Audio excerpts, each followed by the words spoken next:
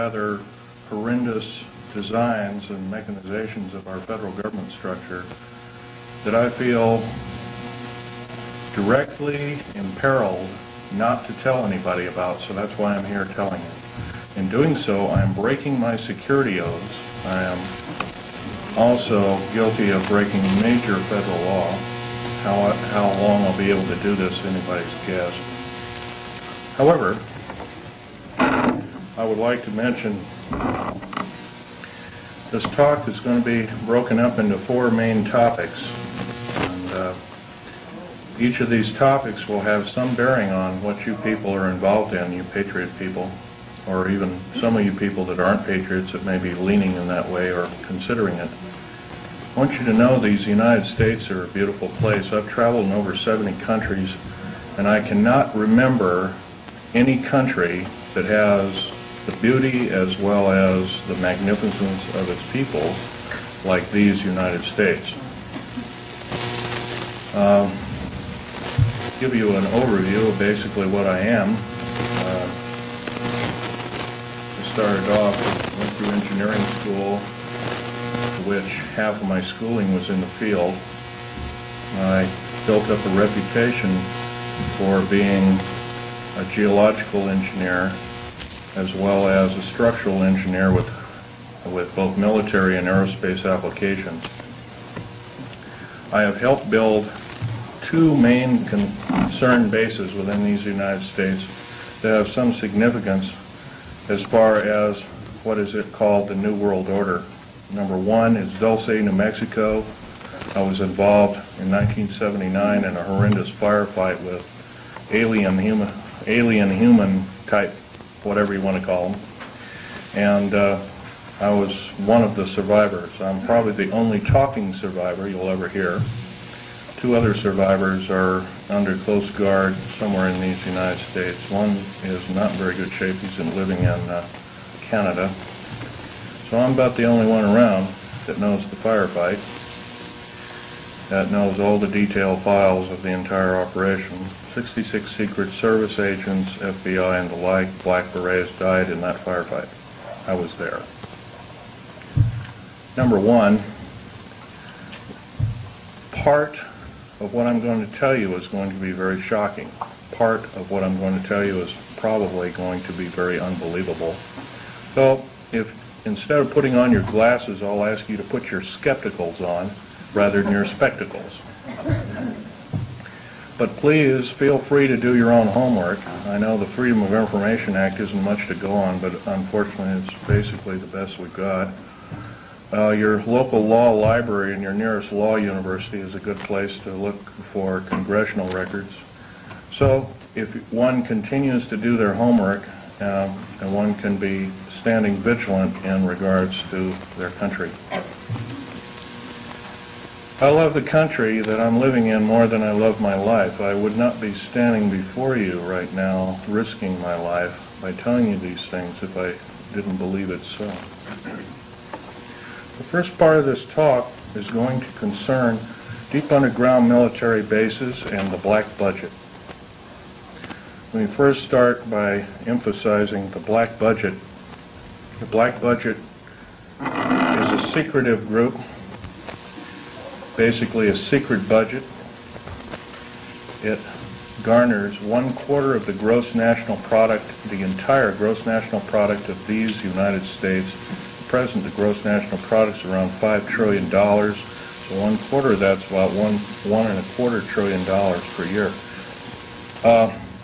At least 1.023 trillion, and I say at least, is used in black budget programs like deep underground military bases.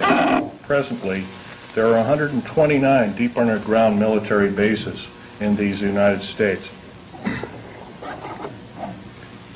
Is this our? No, this one doesn't work.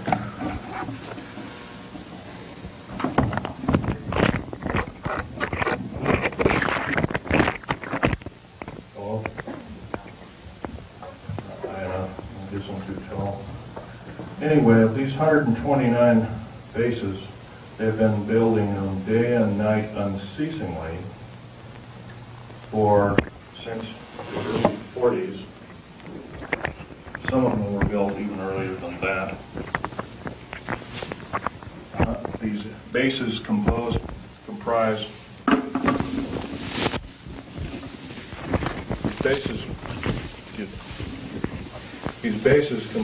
basically of large cities underground. They're connected by high-speed monorail magneto-leviton trains that can go up to Mach 2. Several books recently have been written about this activity, all of which is verifiable through bibliography. I think Al Bielek will, unfortunately, Al Bielek has my only copy is Al Bielek here, by the way? Al Bielek? Yes, please do.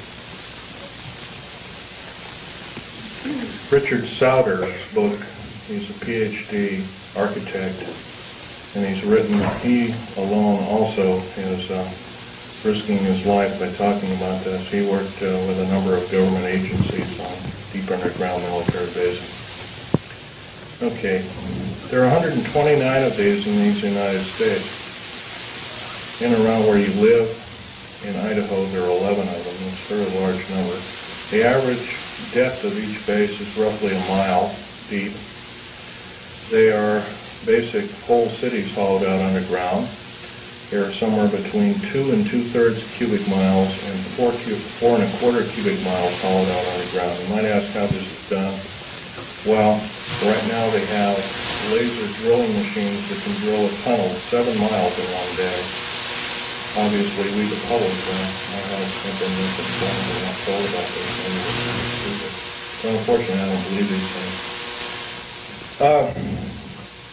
The black projects, as we know them, sidestep Congress, which is illegal. Right now, the New World Order is depending upon these bases, and if I'd known it was the New World Order involved, I wouldn't have had anything to do with them. I was lied to rather extensively. So. Basically, the technology as we know it for every calendar year that goes by, every 12-month calendar year, the military technology increases about 44.5 years. This is why it's easy to understand that back in 1943 they were able to create through vacuum tube technology, a ship that literally disappeared from one place and reappeared 400 miles later in another place. My father, Otto Oscar Schneider, there's an interesting story about him. He fought on both sides of the war. He was originally a U-boat captain. He was captured. He was captured by the French. He was turned over to the United States Army. He was turned over to the United States Navy. He was repatriated here to Cocoa Beach, Florida, and Fort Lauderdale, and taken up to Philadelphia Navy Yard thereafter. And he was a master machinist as well as an MD doctor. He later became an MD doctor and never did anything with it. But basically, he was involved with different kinds of concerns, such as A-bomb and H-bomb and Philadelphia experiment and these other kinds of projects. His groundwork, he invented a camera, a high-speed camera that took pictures of the first atomic tests in Bikini Island on 12th of July 1946, to which I have original photographs of, which show unidentified flying objects fleeing the bomb site at a high rate of speed. Bikini Island at the time was infested with things in various depths of its waters. The natives always saw them. The natives had problems with their cattle, or basically pigs is what they raised, and other things. Though this story has never come out, this is basically what happened. So at that time, through General MacArthur and others, they felt that, in fact, General MacArthur was coined in saying the term, the very next World War we have will be the war of, not with people from planet Earth, but from aliens or people from other planets. And this man was, if we hadn't had him during World War II, we wouldn't be here today. Anyway, my father had laid the groundwork with theoreticians about the Philadelphia experiment and other experiments. What does that have to do with me? Other than the fact of that, all I can say is that if it wasn't for... See, he never told us kids this, and he kind of kept it secret until a couple of weeks before he died. I kind of regretfully say that. I don't agree with what he did on the other side of the pond in Nazi Germany, but I'll tell you one thing. I think he had a lot of guts in coming here and doing what he did. He was hated in his own land. In fact, there was a $1 million in gold reward for anybody who could kill him. Just bring the picture back of the dead person, and it never happened. Anyway, back to topic number one is dumb bases or deep underground military bases. We've been basically lied to, folks. We've been lied to a long time. Number one, the alien question. Nobody really knows the truth. We've been ruined by Madison Avenue, has painted a very unrealistic picture of what's going on with outer space aliens and the inside of government, especially at Groom Lake. This particular facility, the hat shows, this wasn't the original insignia. This is kind of like a local fish wrapper type insignia. And the original insignia had a skunk on it because I was part of the infamous skunk words. So anyway, this particular base originally is housed up to 117 live alien critters, or whatever you want to call them. Right now, it's not housing much of anything. Most of the stealth hardware has been removed. They moved it over to Kirtland Air Force Base. First of all, I want to tell you about aliens and the alien agenda. Back in 1954, under the Eisenhower administration, the federal government decided to circumvent the Constitution of the United States and form a treaty outside of the borders of the United States, within the borders of the United States, basically a treaty from entities outside of the borders of the United States, and it was supposed to be secret. It was called the Greada 1954 Treaty, G-R-E-A-T-A, Greada 1954 Treaty. That basically said that the aliens could take a few cows and test their implanting techniques on a few human beings, but they had to give detailed lists of the people involved, etc., etc. Slowly but surely, the outer space aliens slowly altered the bargain until they decided they wouldn't go by it at all.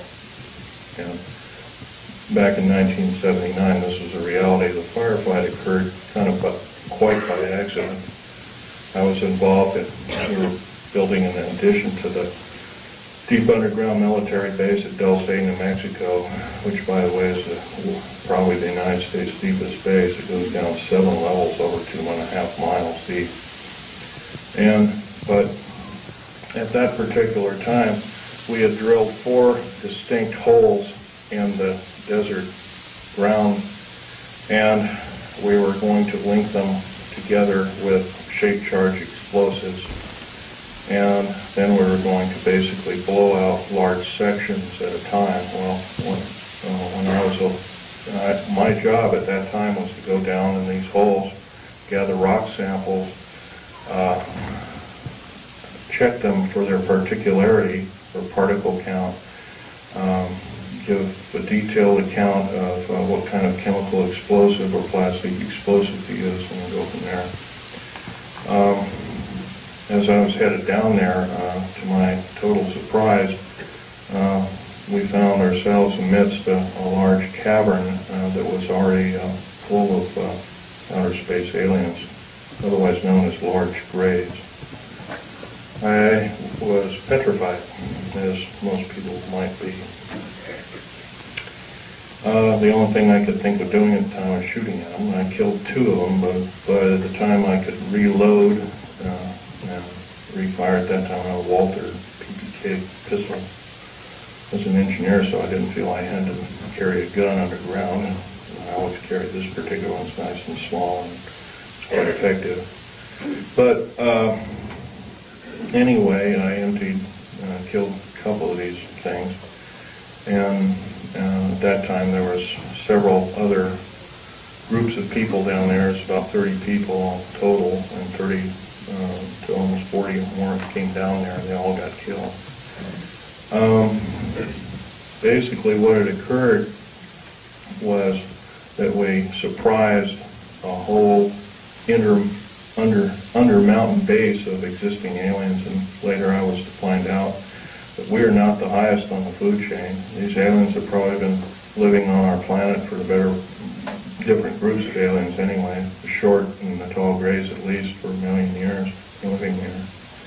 And this could explain a lot of the theory behind the ancient theory of ancient astronauts and these other kinds of things like that. Might also explain the bloodthirstiness of different kinds of native populaces like the Aztecs, etc., Olmecs and whatnot. Anyway, I got shot basically here, and their kind of weapon wasn't really a gun-like thing. It was kind of like a box that they had on their body that they could manipulate. And it burned a hole in me, and it split my ribs apart, and kind of gory and all that kind of stuff. But anyway, it also gave me a high dose of rather nasty cobalt radiation. And I have cancer to this day. It's probably a result of it, although I can't prove that. Okay, the second part of my talk is topic number 2, and includes basically how this all occurred. How could we have possibly gotten involved? Well, we finished working with, we basically were beaten down by World War II, and I guess we were figured to be rather vulnerable as a populace in the world, which we were at the time. And I'm sure this is probably why we, at our weakest point, later found out to be vulnerable indeed, and so we were basically attacked. And of course, I think some of us, how many people here are familiar with the crash at Aztec, New Mexico? Raise your hand. In 1947, sometime in July of 1947, there was a large crash of a flying saucer. I believe it had 7 or 8 alien critters, or whatever you want to call them, aliens in them. One survived, and I believe 6 or 7 were, I don't know the whole story about the whole thing. Like one of the artifacts I have here on the table was when I was a young child. I was about 14 at the time. I had a friend of my father was Sir Johnny Rawlins. He had a British Naval Intelligence, and he gave me. I asked him if I could have a piece of metal of this crashed disc, and my father protested violently. But anyway, Johnny Rawlins said, "Sure, I can give you a little piece," and he gave me a little piece. I've had them in my collection ever since. That was kind of like the small start of a collection. But other than that, UFOs really wasn't my bag until I started work at Area 51, which is in the Nellis Air Force Base north of Las Vegas, Nevada. Going back in 1979 in a firefight, it took me about 2.5 years to recuperate, enough that I could go back to work. But I did. I survived, and I went back to work. Through Morrison Knudsen and EG&G, and Bechtel and Page and other construction outfits at the time. Anyway, at Area 51, they were testing all kinds of very peculiar spacecraft. I think you're also, how many people here, for instance, are familiar with Bob Lazar's story? Good. That's a good group indeed. I'd suggest more of you buy his, or obtain his tape, or borrow his tape, and read some of the publications. He was a physicist who worked at Los Alamos National Laboratory. at Area 51 trying to decipher what was the propulsion factor of basically these alien spacecraft, these discs and other kinds of type of craft. So, but there's another thing I want to talk to you about other than all this stuff about deep underground military basing that might be effective. We're all basically here as kind of like a captive audience, except that we're all worried about the strange activity of our federal government. I'm very worried about it. They've stonewalled senators. They've lied to the public. They refuse to tell the truth in regards to the alien matters. I can go on and on. That the list is it would take longer than there are days here, let alone minutes. So I can tell you that, in all respects, I'm rather disgruntled that since I used to be a rather high-ranking worker in our federal government structure, I'm very disappointed in the activities of our federal government, very worried. For instance, to run by several topics to you. Recently I happen to know somebody that lives in and around, I live just south of Portland, Oregon. I know somebody that works at Gunderson Steel Fabrication, and what they do is they make railroad cars. And a fellow I know, I've known for the better part of 30 years. He works there. He's kind of a lead welder and engineer. He's kind of a quiet type, and he came in excited to me. He called me up, and I met him, and I tried to calm him down quite a bit. But he told me, he says, well, they're building prisoner cars. They're going to, looks like everything you've been talking about the federal government is starting to happen. And he was real nervous about it. And I said, slow down, Bob. So anyway, he told me what was happening. He mentioned that Gunderson has got a contract with the federal government to build 107,200 full-length rail cars, each with 143 pairs of shackles in each car. And there are 11 subcontractors in this giant project, and supposedly Gunderson got over $2 billion for the contract. Bethlehem Steel, there's different steel outfits or different fabrication outfits across the country are building them. Anyway, I says, hey, this is a nice, fantastic story, but how does it pertain? And he says, well, I got to show you one of these cars. So we did. We went to the rail yards in North Portland. I call it Graffitiville, USA, because it's wall-to-wall graffiti. And there's a new car, and he popped open the seal and slid the door back, and there they were. Boy, he wasn't wrong. Yeah, it's scary.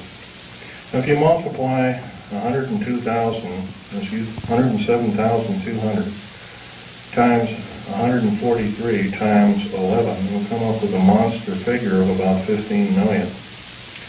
15 million is about the number of interested people that I would consider patriots of these United States, and other interested people that don't like seeing what's going on with our federal government, that want to do some serious changing but can't do it.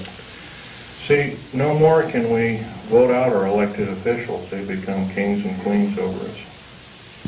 And I hate to say this, folks, but our present structure of government is not democracy at all. It's technocracy. And it's a form of feudalism. It has nothing to do with the republic. To the republic for which it stands, one nation under God. These people are godless. They've legislated out prayer in public schools. First of all, the public school system is a disgrace, but here they voted out prayer. It used to be before you started class in grade school, you'd have a little prayer. That's kind of a neat thing. So now you can't do that. It's against the law. If you do that, by the way, you can get fined up to $100,000 and you can get 2.5 years in prison. Now, somewhere down the line, I don't believe this is very prudent. I believe that we deserve better. We can do better. I also believe that our federal government now is running the gambit of enslaving good, freedom-loving people of these United States. I love these United States more in my life. That's why I'm talking about this to as many people as I can find. I'm not a very good speaker, but I can tell you, I'll keep shooting my mouth off until somebody puts a bullet in me, because I'll tell you, it's worth it to talk to a group like this or any other group about the atrocities of our federal government structure. Now, that's only one problem. There are other problems. How about the deep underground military bases I've been talking about? I'm going to show you a number of things that I've collected here as kind of statistics, and just bear with me here. I'll drop the mic here. We have stealth black jets, and here are the different code names for them. There's 29 prototypes, different prototypes presently. Cost per biennium is roughly somewhere around 1.6 trillion. I did this compilation in 1993. Budget from U.S. Congress 5-year plan that we're told about is $247.6 million. You couldn't buy the spare parts of all the black helicopters and the F-117As and the B-1, the B-2 bomber, and all the other 24, 25 prototypes. Couldn't even get the nuts and bolts for that. So we've been lied to, folks, and I know we can do better. Black budget garners this figure, roughly $1.25 trillion every 2 years. Trillion. I'm not talking billion, folks. Trillion. If you don't know what a trillion is, it's 1,000 billion. It's a big number. If you were to regard that in dollar bills, it would be 11 tons of dollar bills. That's how big a trillion is. Okay. The black budget literally means hidden budget. The U.S. Congress never sees the books of this clandestine pot of gold.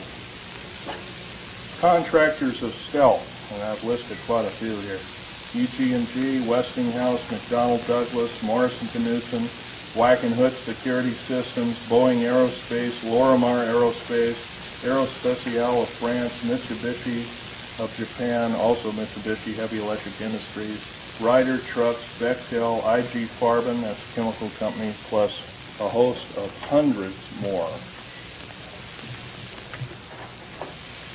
Is this what we're supposed to be living up to as freedom-loving people of these United States? I don't believe so.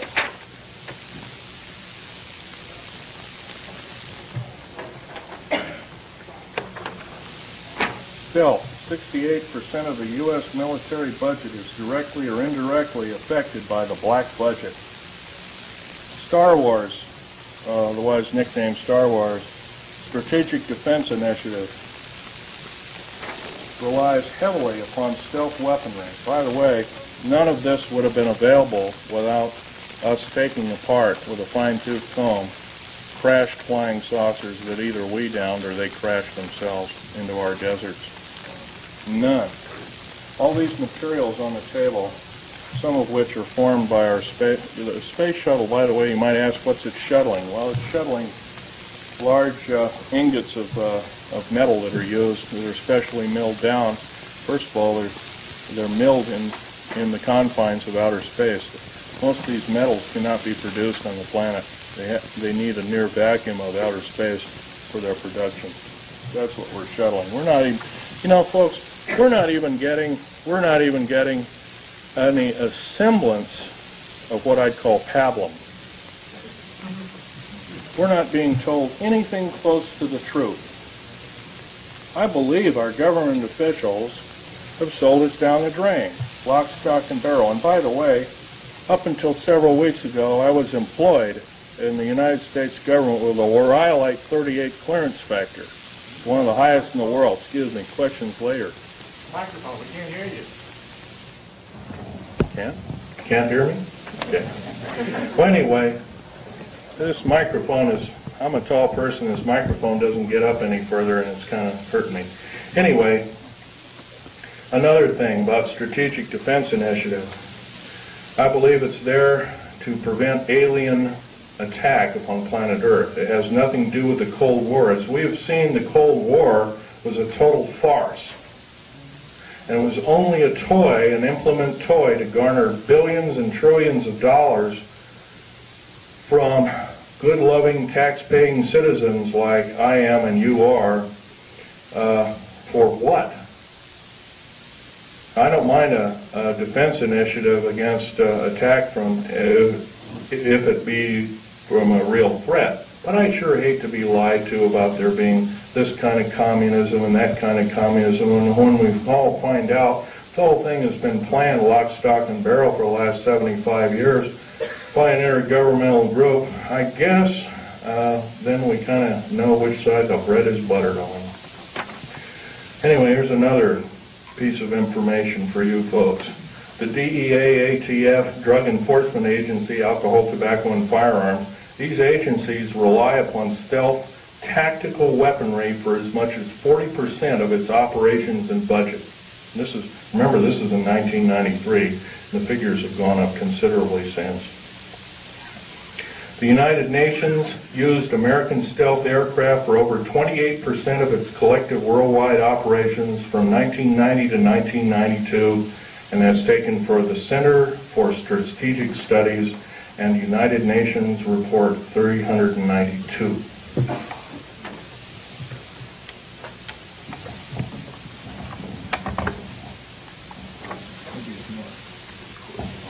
Yeah, I would appreciate that, because I'm having to bend over here and it really hurts.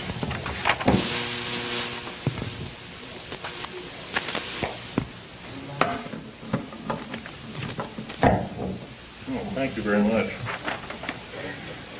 The guardians of stealth. There are over 3 distinct classifications of special police used to guard one of our most well-kept secrets.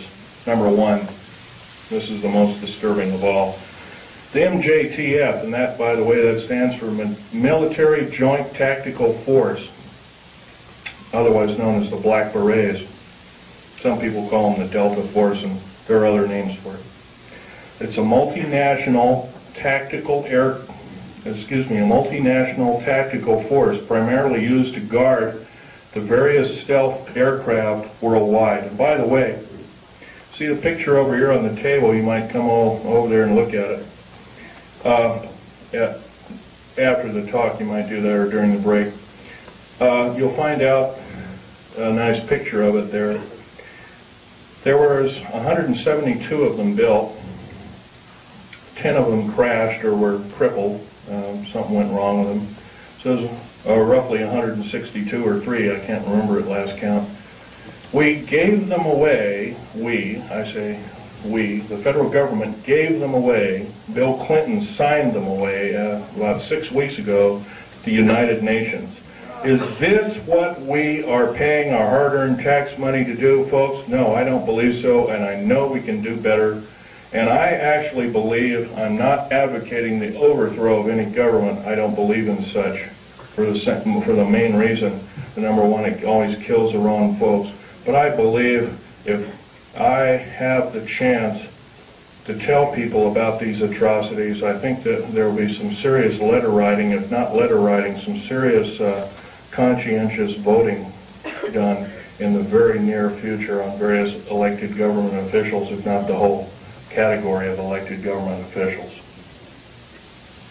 Case in point I might want to mention is our local, please ask the questions later if you don't mind. Our local government officials have also kind of labeled us a bunch of rubes and morons, and I think we can expect a lot better than that. Starting off with the World Trade Center bombing. I was hired not too long ago to do a report. First of all, I know about the 90-some-odd varieties of chemical explosives. First of all, I looked at the pictures that were actually taken right after the blast, and the concrete was puddled and melted. The steel and the rebar inside the cement was literally extruded up to 6 feet longer in its length. And there's only one weapon that can do that, and that's a nuclear weapon. And that's a construction nuclear weapon. So obviously the people that they're looking for, that they say was a nitrate explosive that did the damage, they're lying 100%, folks. The people they have in custody probably didn't do the crime. As a matter of fact, I have reason to believe that very same group did do other crimes. They killed, I believe, a Jewish rabbi in New York, and maybe this was some kind of scapegoat problem, but I'm not sure about that. However, I want to further mention that with the last explosion in Oklahoma City, they also say basically it was a nitrated or fertilizer bomb that did it, a whole truck full. First they came out with the information, said it was 1,000 pounds, then it was 1,500, then it was 2,000, then it was 3,000, then it was 4,000, now it's 20,000.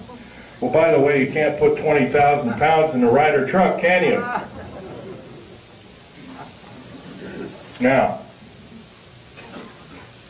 I've never mixed explosives per se. I know the chemical structure and the application of construction value explosives. I earned a reputation on it. I helped hollow out over 13 deep underground military bases in the United States. I worked on the Malta project. I worked on West Germany on its military bases, and Spain on its, and Italy on its. I can tell you from very sure experience, a nitrate explosive wouldn't have hardly shattered the windows of that building. It would maybe have knocked the facing off. It would have killed a few people, maybe at the most 20 to 30 people tops, but it would never have done that kind of damage. I believe I've been lied to as a member in good standing of these United States, and I'm not taking it any longer. So I'm telling you that you've been lied to. How many people there are in this room? You've all been lied to, lock, stock, and barrel, and I do believe if we all get up and say, we've had enough, we want the truth, and if we're not going to get the truth, we want you to step down. If you won't step down, then I do believe our founding fathers told us and warned us that a federal government structure out of control is totalitarian slavery, and I do believe that we have to do something about it. Now, that's pretty serious, hard, down-to-earth talk. But I don't see any way we're going to get around it.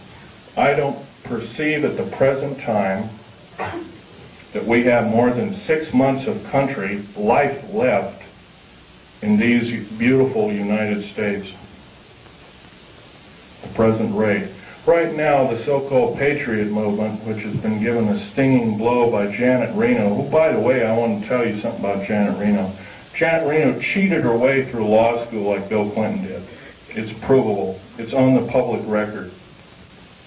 Janet Reno is a confirmed lesbian. I believe there are a lot of wonderful women that would make a great Attorney General of these United States. They're far more educated, they're far more moral than she is.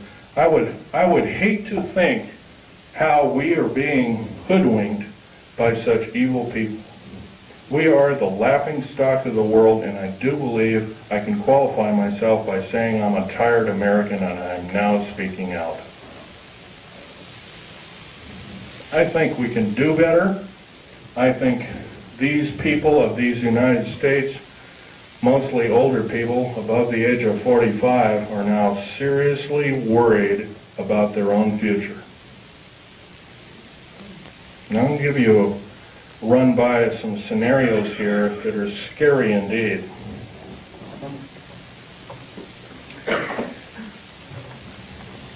The United Nations is a world dictatorship body, period, plain and simple. It is housed in the United States. By the way, some years ago there was an interesting thing that happened. The United Nations sent the Uncle Sam, in quote Uncle Sam, a bill for $8 billion. So the Uncle Sam, the federal government, sent the United Nations a bill for $200 billion. They haven't paid one nickel of rent on prime real estate in New York City. They have special trains that shuttle all these diplomats around. One of my best friend's wives and her 2 little boys was killed by a drunken diplomat from Kuwait, who, by the way, our law, by the way, has no effect. I'll tell you another thing. Military law on military reservations has no effect. Public law on military reservations has no effect. Once again, our wonderful, beautiful, thin sheet of paper called the United States Constitution and another nice thin sheet of paper called our Bill of Rights has been trampled on beyond repair. We have to stand up and say, this is enough, and you as elected officials are going to obey the Constitution of these United States. Number one, by first limiting the amount of your service to our federal government. Like one term. One ping only, as the Navy would say, one ping only. By the way, one term is plenty. Because if you're an evil person, one term you can do a lot of harm. If you're a good person, you can do a lot of good. Two ways of looking at it. Our elected government officials have sidestepped the whole thing and says, well, with so-called contract of America. Let me run this scenario by you, folks. Contract of America is the exact terminology that Adolf Hitler used to subvert his people in 1931. I believe we're not of that same caliber. I believe we can do better. Another thing, the contract with America is a last-ditch effort by our federal government structure to tear away the Constitution of these United States and the Declaration and the Bill of Rights. A Declaration and a Bill of Rights, rather.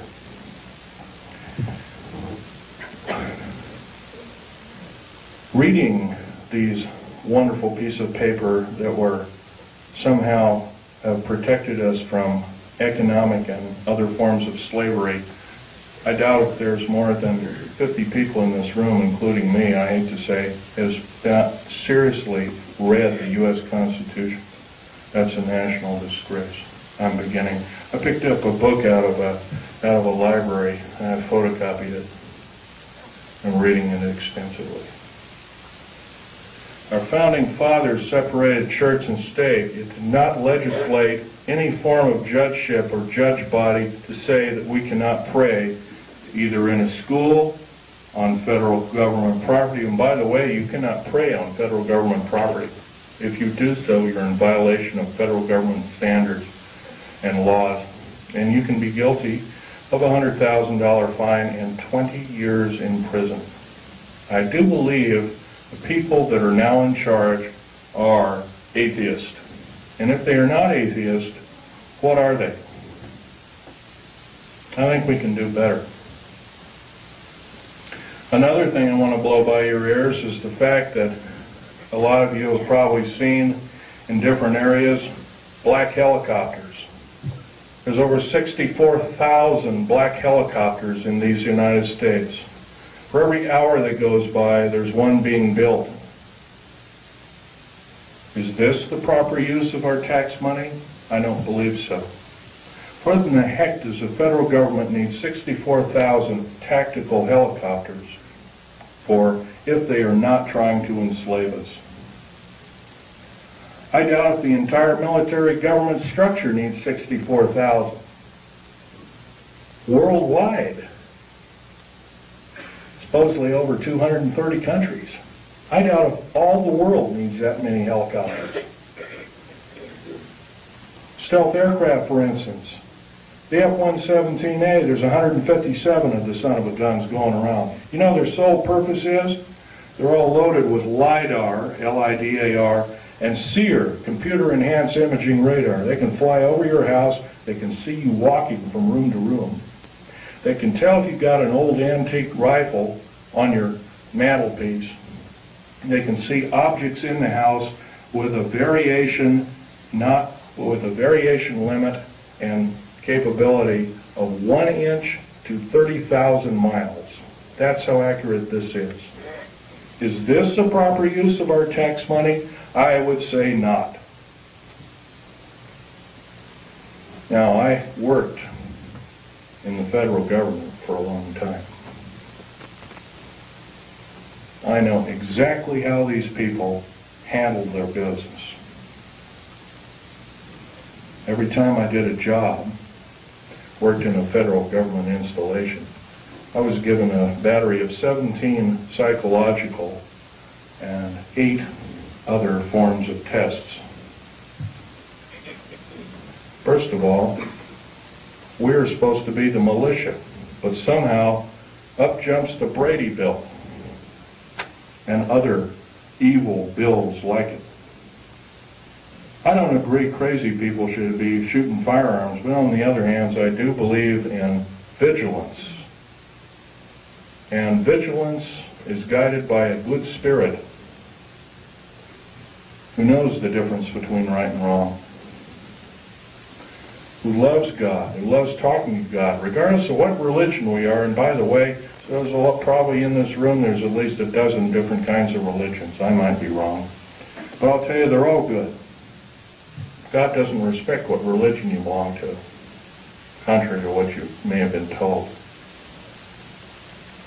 I can tell you, though, that if we were to allow the atheist federal government structure to enslave us, we won't have this opportunity any longer. We have to do something about it. How are we going to do something about it? Well, some of us are attorneys in this room, perhaps, maybe one or two of us. Maybe somebody works for an attorney. Maybe somebody knows somebody who is a good attorney. I know that seems like a hard number to come up with, but there are a few of them out there. Maybe somebody knows a senator or a congressman or has had help by such. There's one outstanding in Oregon. His name is Mark Hatfield. That man helped me fight the federal government. See, my father left me these pictures of what he took at Bikini Island, Operation Crossroads. And I'm going to have this one out on the table. It's the original. I'll ask you please carefully handle it and try not to put too many fingerprints on it.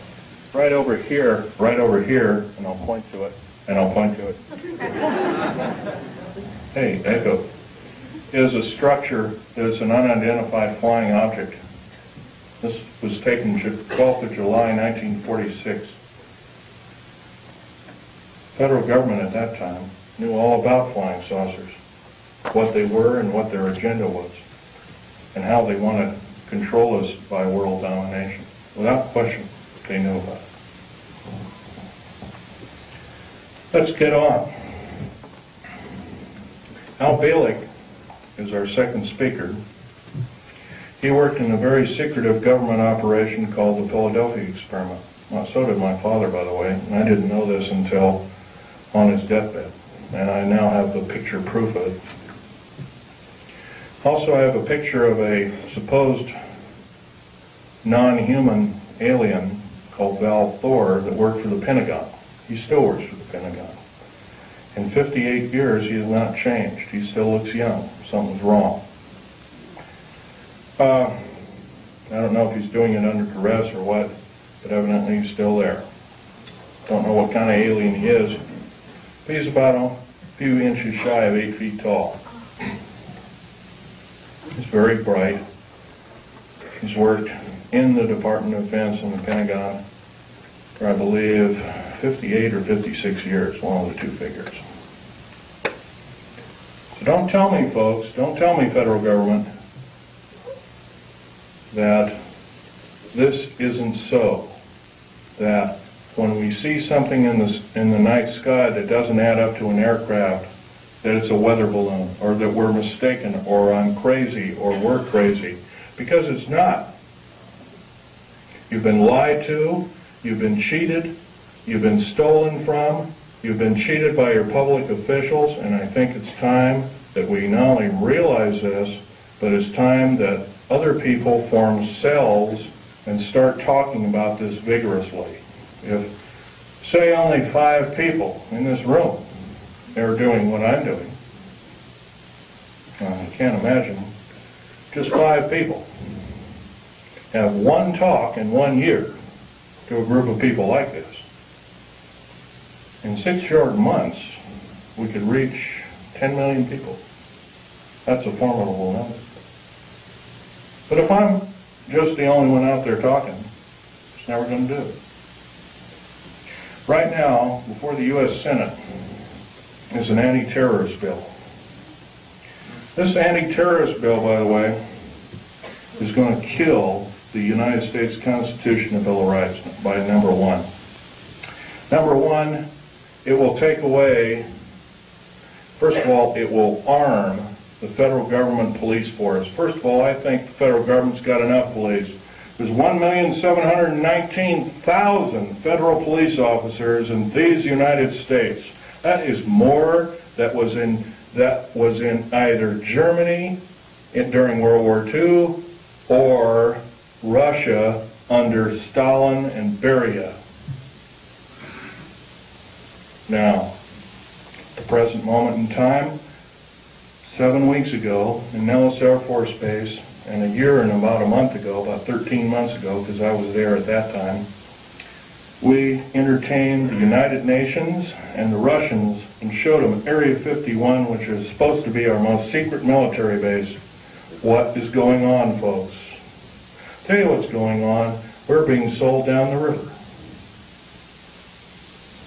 We've got to do something about it, otherwise we will not see this country go on as the United States, and I don't think we'll see it go on for a year. I'm saying I don't believe I will see it go on as a country in 6 months at present. Because if the federal government has created the World Trade Center bombing and the bombing in Oklahoma City, which is extremely tragic because it killed probably 40 or 50 children. And by the way, I have absolutely no use for a person that hates children. Our Attorney General, Janet Reno, hates children. She hates men, she hates everything but maybe her own kind. And by the way, if anything is outer space alien, it's her.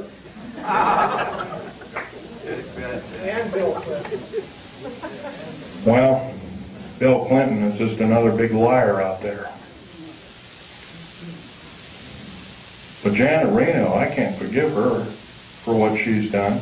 She's done more as a singular intergovernmental official to destroy this country than any other individual, believe, since the great traitor during the Revolutionary War. What was his name? I'm trying to think. What? Benedict Arnold, there we go. Probably find out she's probably distant relation of some sort. Now, what can we tell our government, trusted government officials? I know how rare those are. They're an endangered species.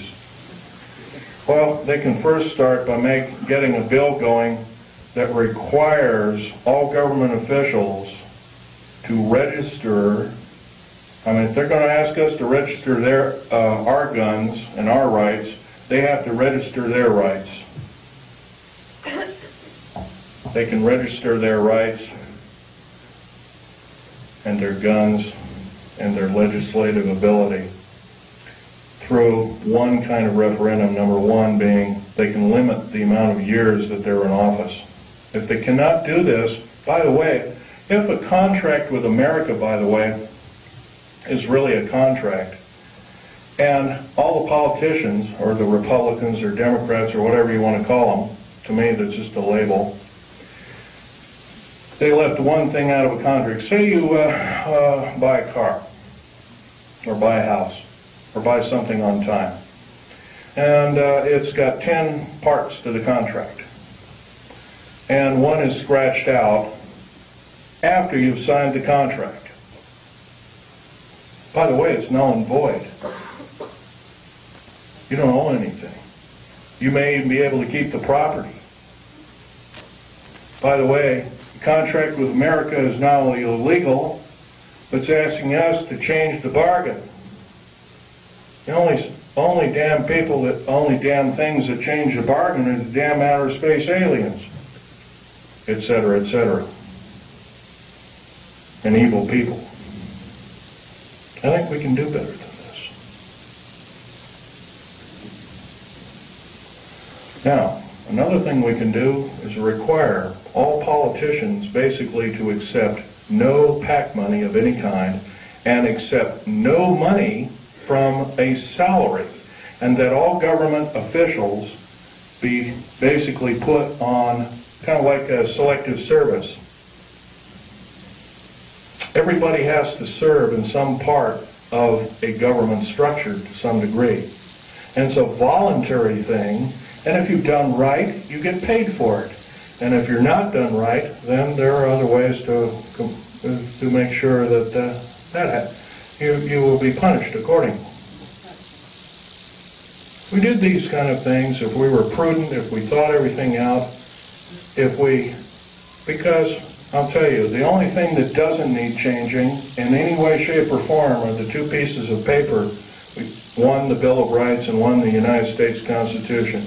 Those two thin sheets of paper have kept us from totalitarian slavery, or worse, for over 200 years.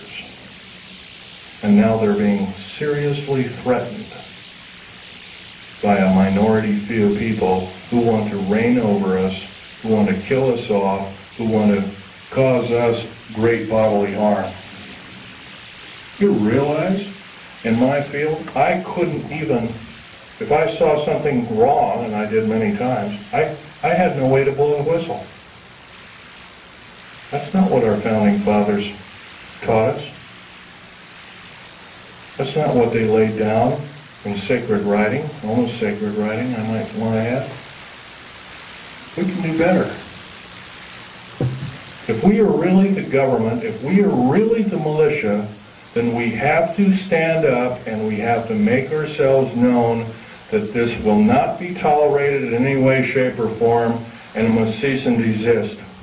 And if we are challenged, then so be it. Then we are challenged. And I guess the actions of us will be rather forthright, by judging from this crowd.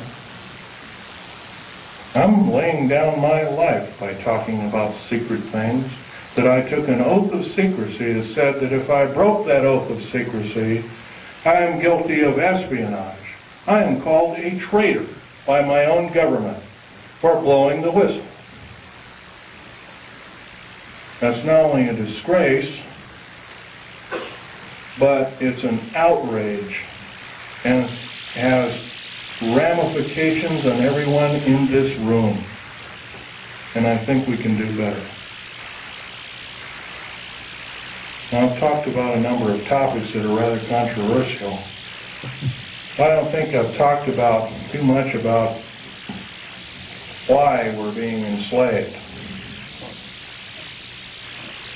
If you remember, there's always been a nice convenient war. If it wasn't World War I, it was World War II. If it wasn't World War II, it was Korea. If it wasn't Korea, it was Vietnam. It's always been a convenient war. When we've gotten a little bit too smart, folks, there's been a war to wipe out the good people that would take over and run our country effectively. There's a lot of times, and we're going to have to face some very serious consequences. Very short.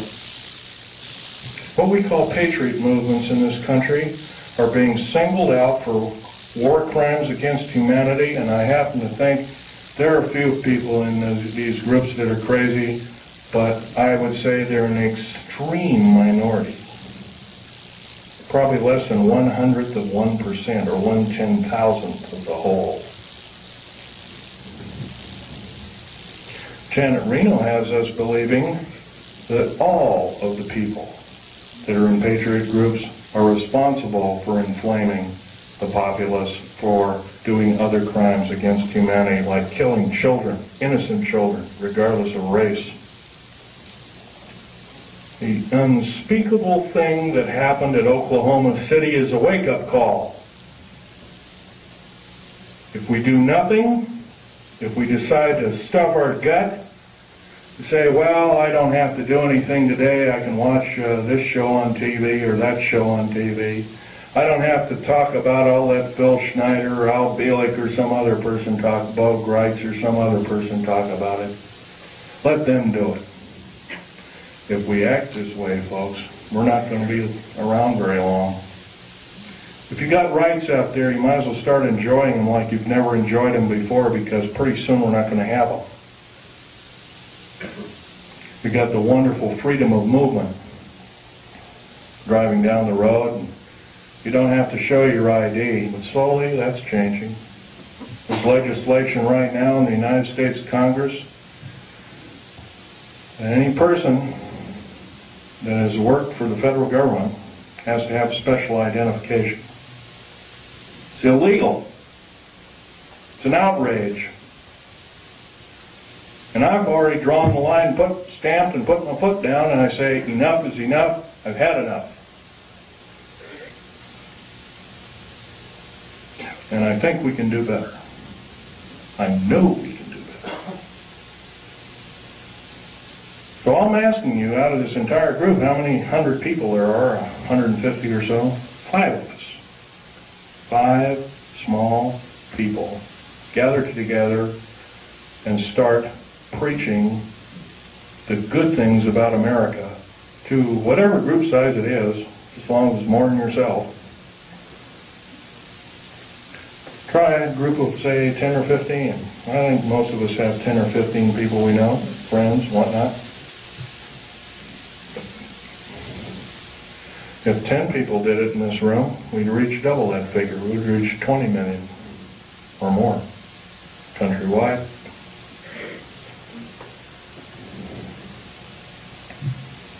What do we have to do? We have to stockpile weapons and all these other kinds of things. Trouble is with revolutions, they always end up killing the wrong people. Unfortunately, it's starting to look like that might have to be the only scenario to get these parasites off our back. And I'm telling you folks, they are parasites of the first water. They're only out for their own self-gain. And by they, I'm talking about your government officials. Not all of them. There are some that are good. There are some that are honest. There are some that are forthright, that love God, that love the Constitution and the Bill of Rights, and other wonderful works by our founding fathers. But they're few and far between. In the House of Representatives in the United States Senate, there is not one politician that is not an attorney. There is something wrong there, folks. During Abraham Lincoln's time, I know that's a long time ago, 130 years ago, roughly, it was an honor beyond medals and glory to serve in the United States Senate or in the House of Representatives. And there was actually only about 8 total senators and House of Representatives people that were attorneys. The rest of them were common folk like you and like me. But we've been led down the wrong path, folks. If we sit here and do nothing, we're not going to have any freedom. And it's not going to take very long. At this rate of speed and the way things are going, what's going to be the next scenario? Is it going to be another bombing somewhere? First it was a Trade Center bombing in New York City. Then it was middle, homegrown America killing children and innocent people on their way to work, whatnot. Elderly people in Social Security office and whatnot. How come the AARP isn't talking about the 61 older people that bit the dust in the Social Security office and the other federal government that was seeking? Some of them were in the Internal Revenue Service and other kinds of... By the way, that's another thing. The IRS, there's nothing legal about the IRS at all. By the way, do you realize, I was reading the Oregonian newspaper 10 days ago. President Clinton has authorized the U.S. Mint to print the new money. They've already printed about $3 billion of it. You travel overseas, you get this pink-looking thing with a picture of a president on it, and a similar thing that the insignia is a little off-center, done that way. On either side of this bill is a UPC stripe. No, sir. I don't believe in having the mark in my hand or in my forehead like the Bible taught me. But it's coming, folks, if we do nothing. It's coming as sure as I'm standing here telling it to you. And it's probably going to be here in less than 2 years if we do nothing. And this is I'm actually downplaying it. It could be a lot sooner. Federal government right now, with their high tech, has invented an earthquake device. I have reason to believe that the earthquake in Kobe, Japan, by the way, I'm a geologist, I know exactly what I'm talking about. There was no pulse in the pulse wave. There's supposed to be a pulse wave in any earthquake. There was none in the Kobe, Japan earthquake. None. In 1989, in and around San Francisco, there was an earthquake. There was no pulse or pulse wave. That is a Tesla device. Nikola Tesla invented it, and he did it not out of evil, but he was trying to make a device that could be accurately used for construction and building of buildings and that kind of thing. It's been taken for evil, though, guaranteed. I want you to know that the black budget programs throughout these United States have subverted science as we know it. What's AIDS, for instance? I'll tell you what AIDS is. AIDS was invented by the National Ordnance Laboratory in Chicago, Illinois in 1972. It was a biological weapon to use against the people of these United States. The reason I know this, I have seen the documentation by the Office of Strategic Services, which by the way is still in operation to this day, through the Centers for Disease Control in Atlanta, Georgia. They used the glandular excretions of animals as well as humans as well as outer space aliens. I'll tell you something about these outer space aliens. They're mortal. They can be shot dead just like you and I can, but I'll tell you one thing. They're bad news in the worst order. We have absolutely no defense against their germs. None. They're a biological weapon of terrible consequence. I advocate that every alien on this planet, good or bad, if they're good or bad, they have to be isolated. They are a biological weapon.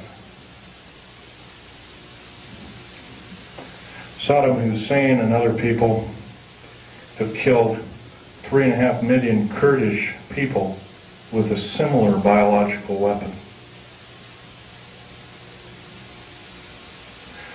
Do we, the people of this planet, deserve this? No, we don't. But we're not doing anything about it. And every moment that we waste, every moment that we don't blurt out and we say we've had enough, that we deserve better, that we're going to get better, we're doing other people on this planet in different countries a great disservice. Right now I'm dying of cancer related to work that I did for the federal government.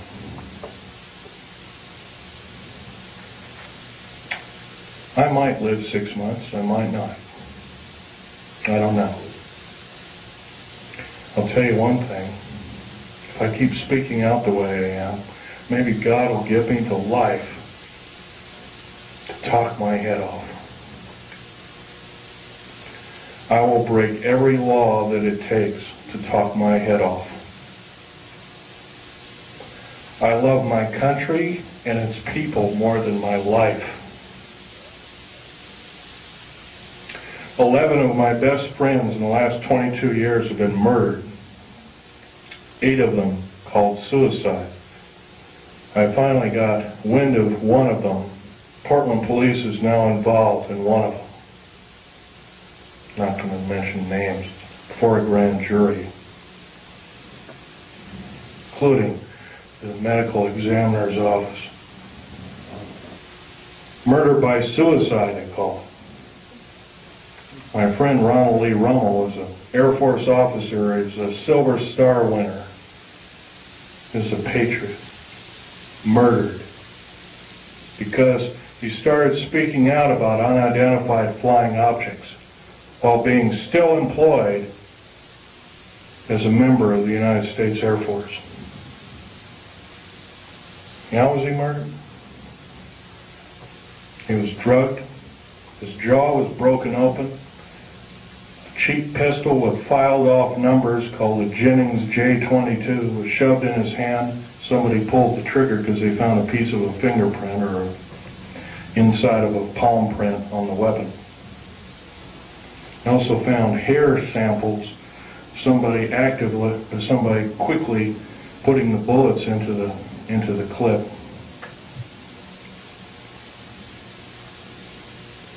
That man saved my life. That man had a family of 5 children. That man was a great person. There's a good chance that when I fly back to Vegas, I have to drive home. I left my car down in Vegas. I have to drive home alone. I'm scared to hell. Before I went to talk in Las Vegas, Nevada, I drove a friend of mine, a disabled friend of mine, down to Joshua Tree. And 29 Palms is next to Joshua Tree, and I went to see a dying veteran, disabled veteran friend of mine also. Kind of an acquaintance friend. I don't see him very often. Can hardly talk. He's got throat cancer from working with atomic weapons. Federal government didn't want to pay for it, so he married a nurse whose father has donated enough money to keep him alive for a little longer. Well, after seeing these 2 people, I drove up over the mountains. I had to drive around the mountains and up into them to get to Needles, California. It was followed by 2 government vans, E350 vans with G14 plates, each with a couple of occupants apiece. One had an Uzi. Ready, he was loading it, because I could see it through one of the windows. They zoomed by. I knew exactly what they were. I've already spoken out. I've spoken in 19 talks to present. I've probably reached 45,000 people.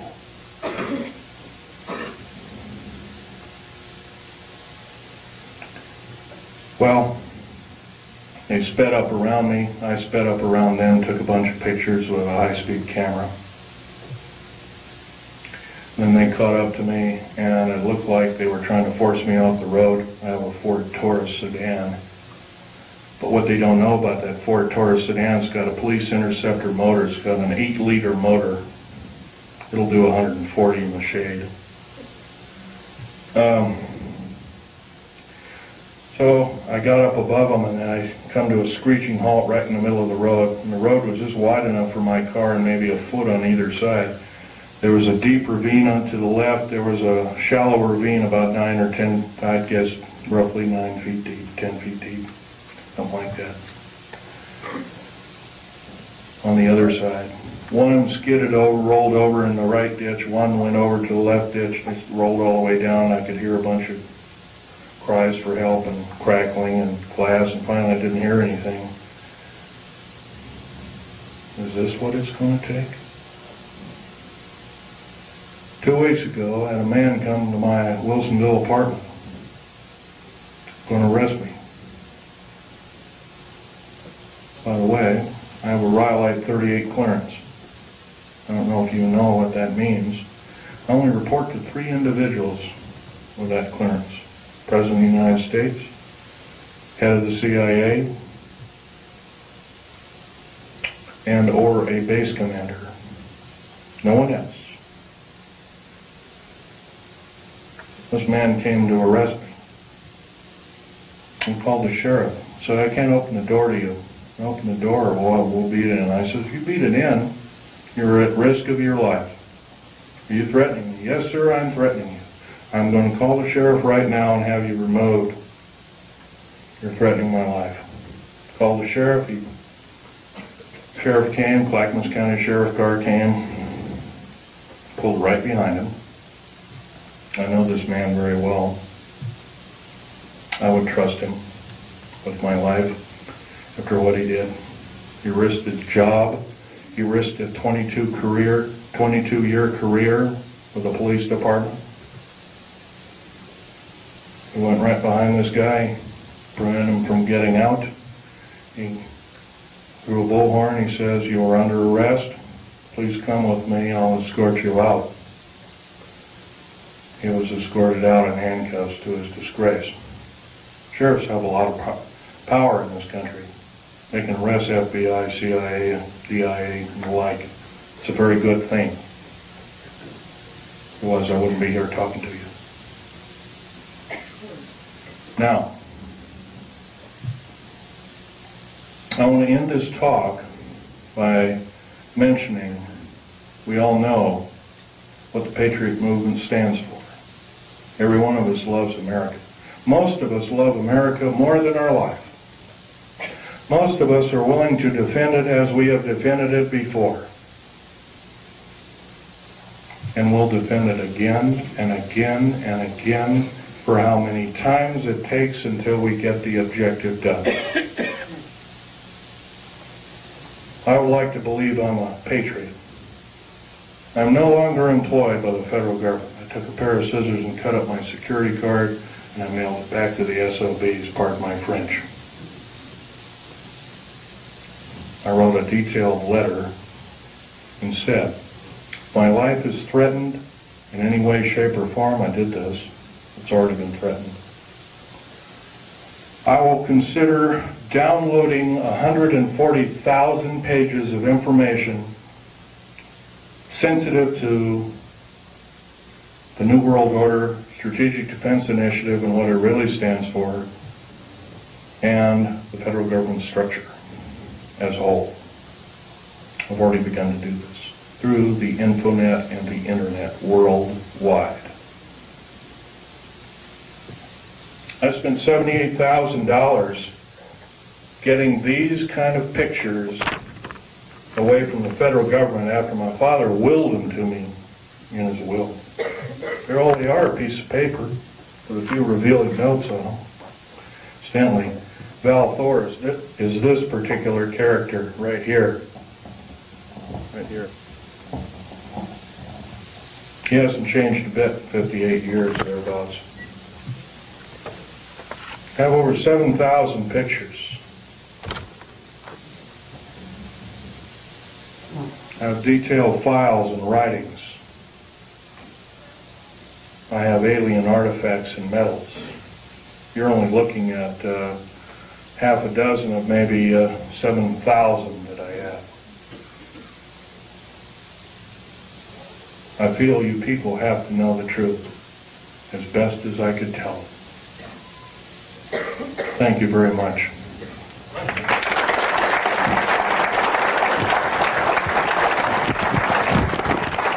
By the way, I might want to mention, if you want to look at these artifacts, try not to handle them, just look at them.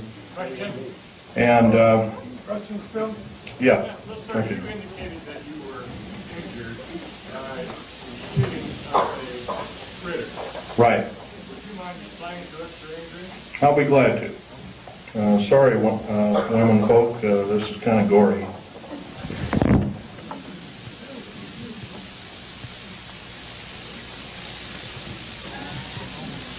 What did you say it was that hit you? Okay. My legs are worse.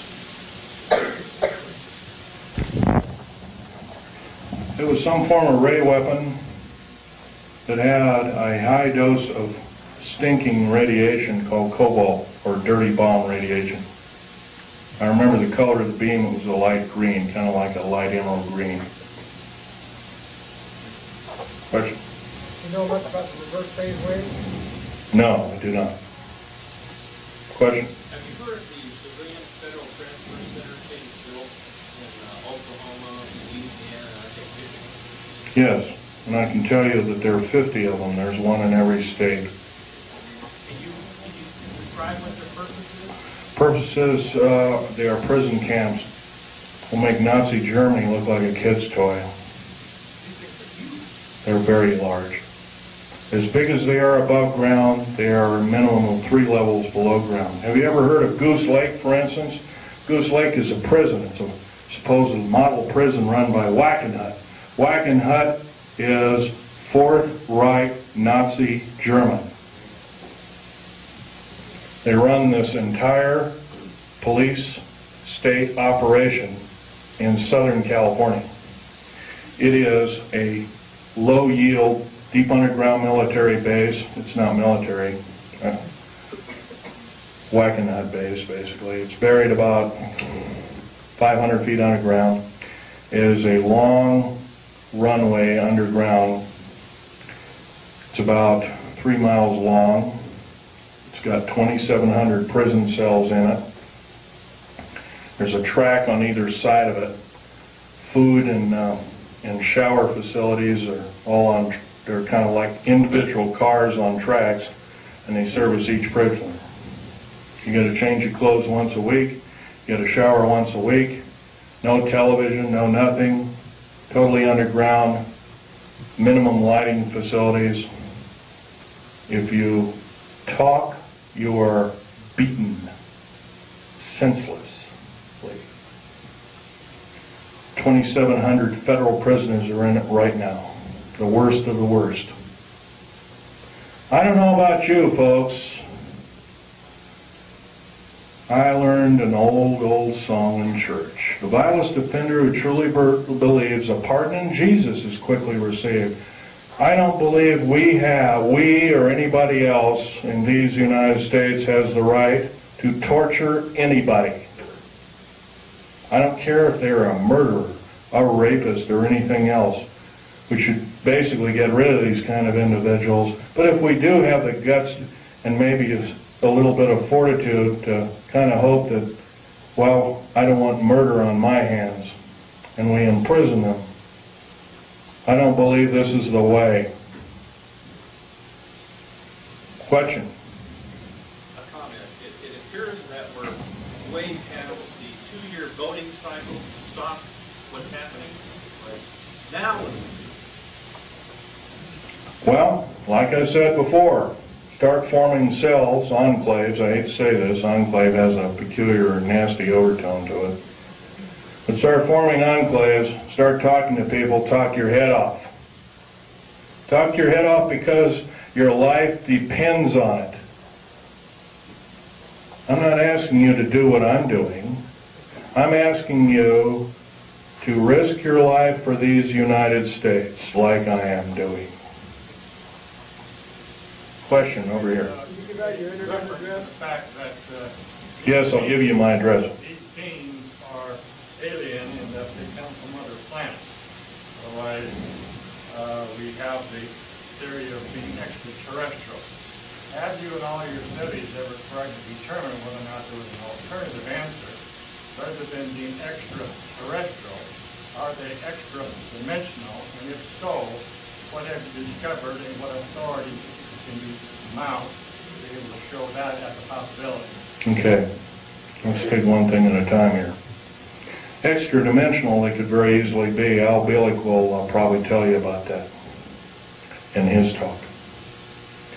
When we blew up the A-bomb tests, and later the A-bomb, Hiroshima, Nagasaki, and all the other tests that took place, we basically opened up a hole in time. And the reason I know this is Al Bielek told me, if you look in an early 1953 Life magazine, you'll find a picture of an A-bomb, and it was a round mushroom cloud, and through the mushroom cloud you can see black space with stars.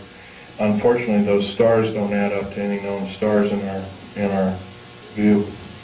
And so Al Bielek was telling me, yeah, that opened up another dimension. And Life magazine almost lost its license to print.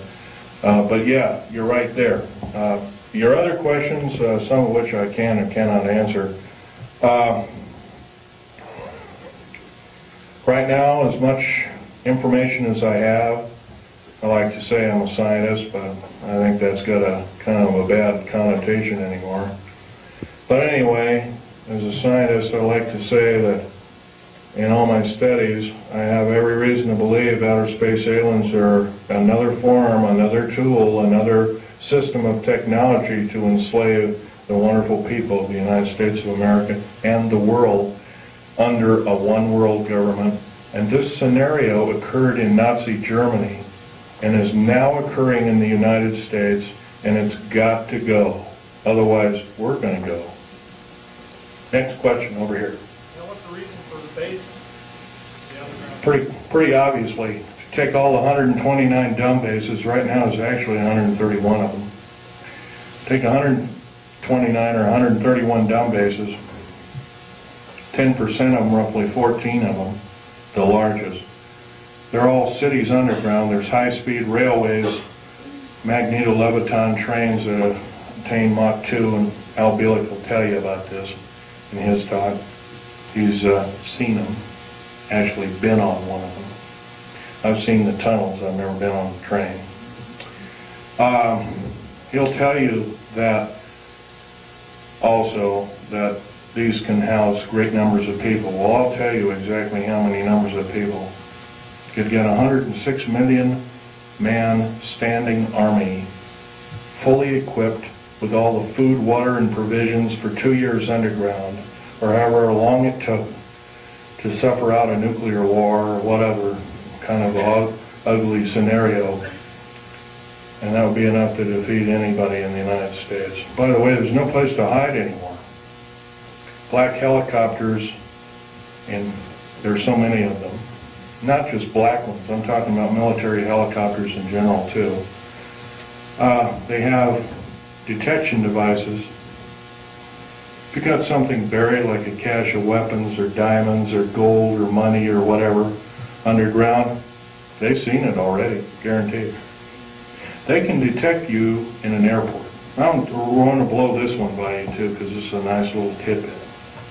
Right now, if you're carrying more than $1,000 in your pocket, most of us don't, and some of us do, carrying $1,000 or more in your pocket, you are perceived as being an enemy of the United States and or a drug dealer, and you can be arrested immediately in any airport in the United States of America.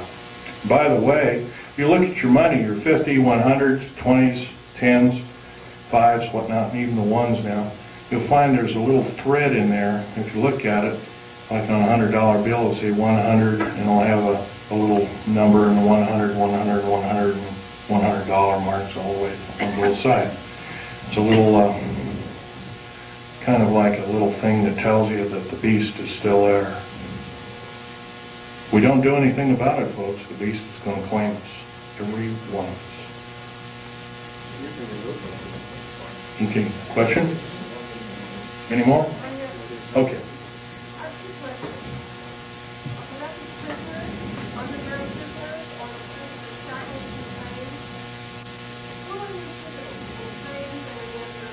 Okay, the underground prisoners right now, they're using the worst of the federal prisoners and the worst of, yeah, the criminals. That's correct.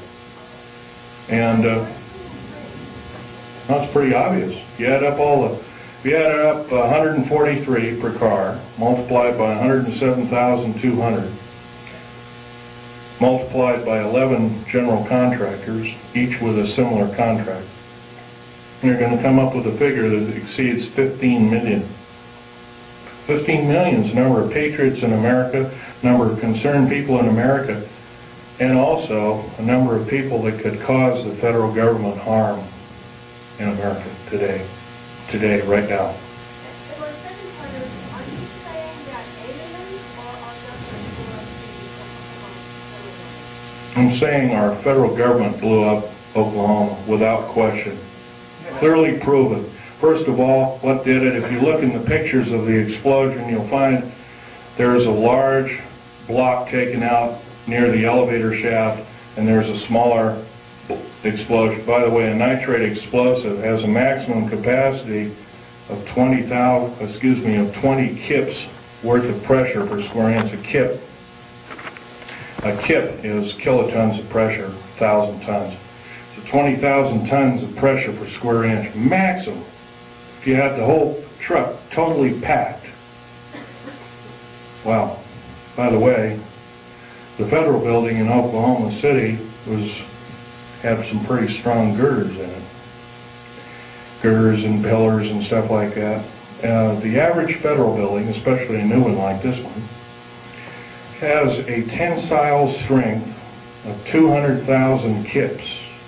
The only thing that tear it apart like that is either a nuclear weapon or a thermite charge, shape charge explosive. Right now, the only thermite charge explosives in these United States are military operated, and they're housed at Mather Air Force Base in California, near Sacramento. Yes? I heard there were 2 explosions still, 8 seconds apart. I wasn't really aware of that, but if there were 2 explosions, I would assume that one was either a reverberant explosion or it was an atmospheric explosion. It's on the seismograph at the university. It wasn't an echo.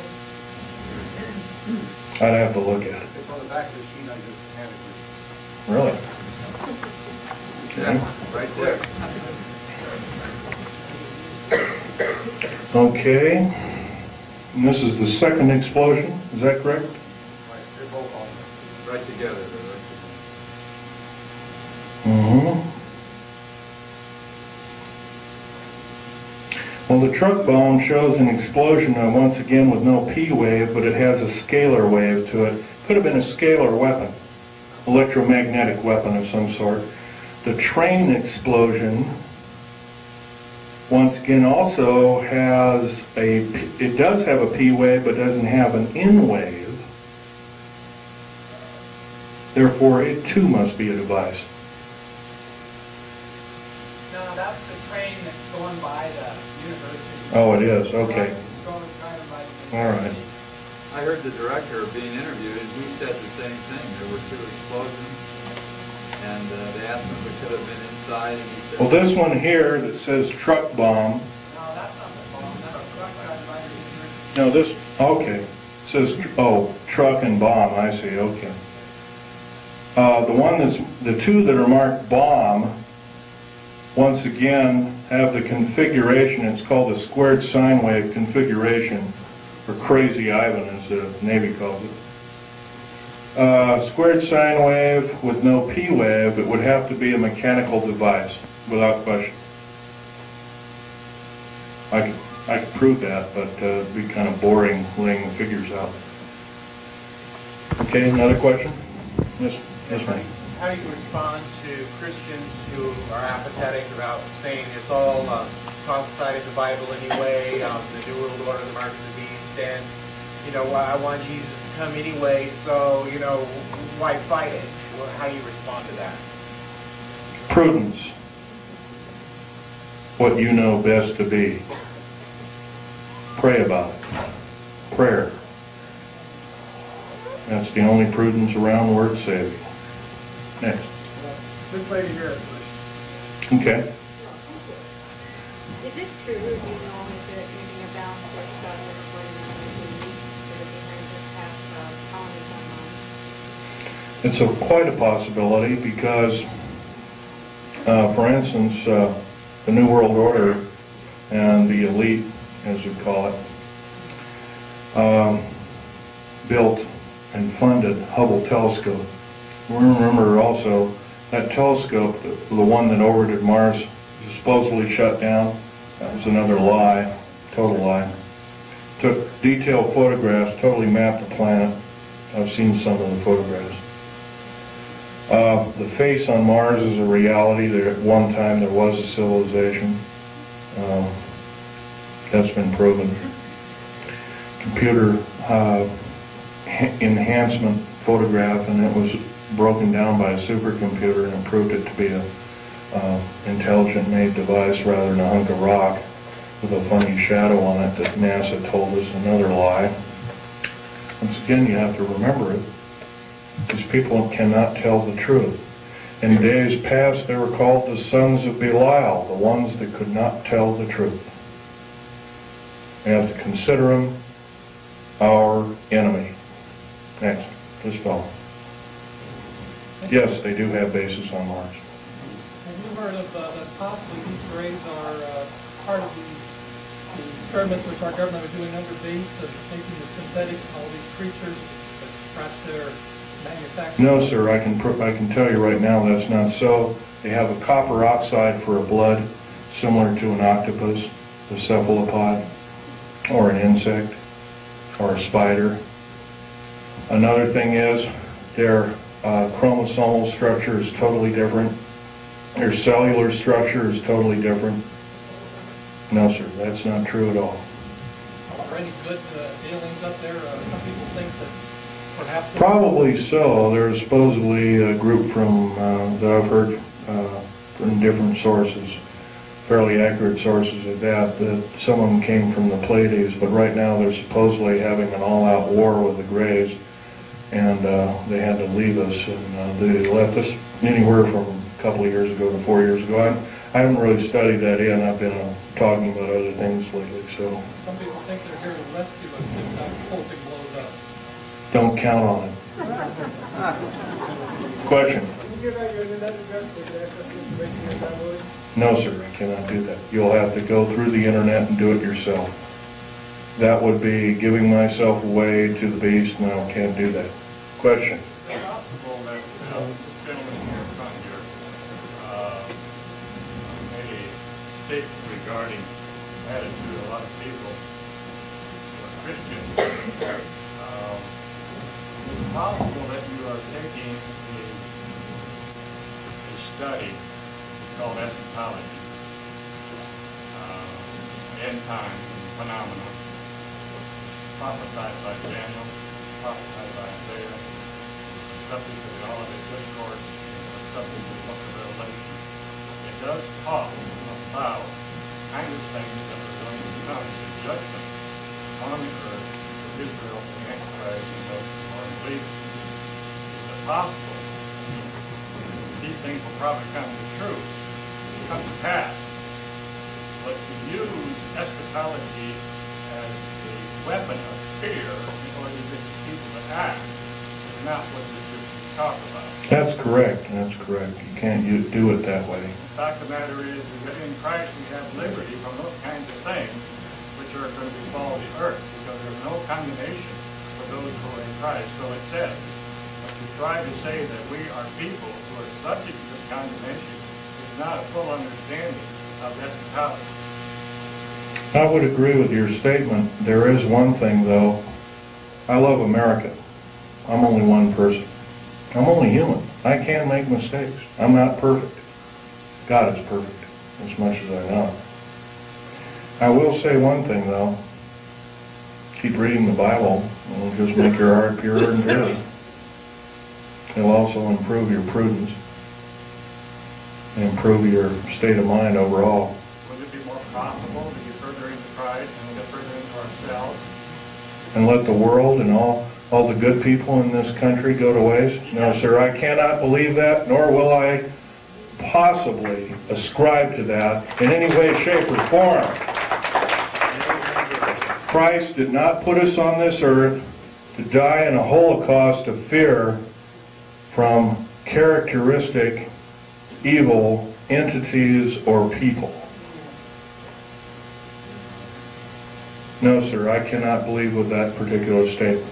I love Christ, but unfortunately I cannot believe that I can allow my fellow countrymen to go by the wayside. And I think actually it's a form of disinformation and government propaganda to believe it.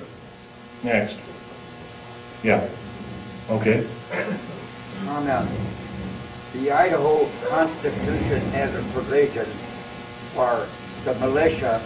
All able-bodied men between 18 and 45 years old will serve in the militia. That's in the Idaho Constitution. Okay, I agree with it. In fact, I would extend it from the years of 18 years old to maybe your age, 70 or 75. I'm willing to do it. I'm past the age of 45. Sorry, I don't believe in age limits. If I live to be 100, I'd like to do it. Yes, sir. I'd like to give you a quotation from the Bible, Christ talking. It is Luke 19:27, and it says, "Bring those my people who do not want me to rule over them before me and slay them." And I always ask the people, does that mean love them to death? But the preachers don't preach it. And there's other quotations like that. Yes, I've read such quotations. If I'm wrong, I will stand slain by God. Stand convicted. Maybe I have already been convicted. Yes, sir. You tell us where the prison is in Idaho? Near Coeur d'Alene. What was that question? Would you state the question again? Where is the federal prison that you're talking about in Idaho? Well, there's several federal prisons. There's a new one being built near Coeur d'Alene, Idaho. I don't know. I've never been out there, but I heard it's on the east side of the town of Coeur d'Alene, Idaho. Whatever.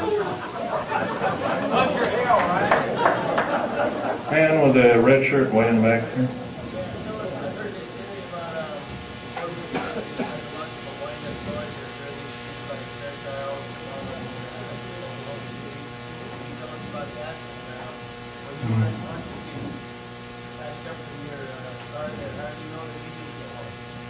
I don't. And I haven't heard about such things, but I'm sure there might be such things. There are things that were used against the Afghan people. There were things that looked like innocuous toys, and there were high explosives that killed a lot of people.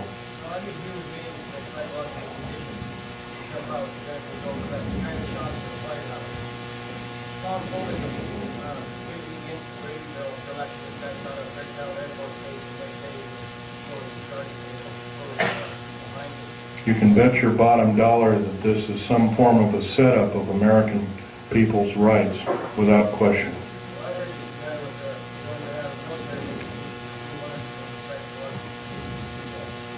Yes, I believe that too. The U.S. Navy presently spends about 1/16 of the entire black budget allocated to them on psychological programming techniques through the RAND Corporation. Next question. This lady. Okay. I can only take one more question, so this lady. The ones that, were victims of the bombing who did it. I don't really want to know. I personally don't know the name of the person who did it, but... it takes the government and let them start getting this other side of it. And get, Well, this is a difficult task, ma'am. The best thing that can be done, yes, I would say yes, that is true. We can get the word out. But it's better to get in groups of people and tell your friends the best that you know how to say it.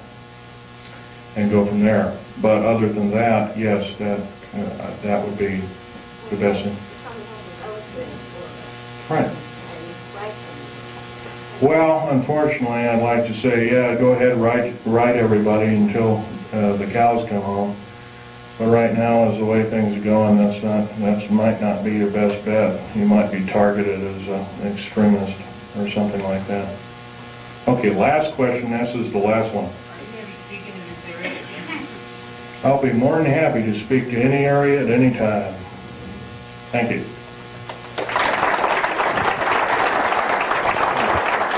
May God bless each and every one of you and your families, too.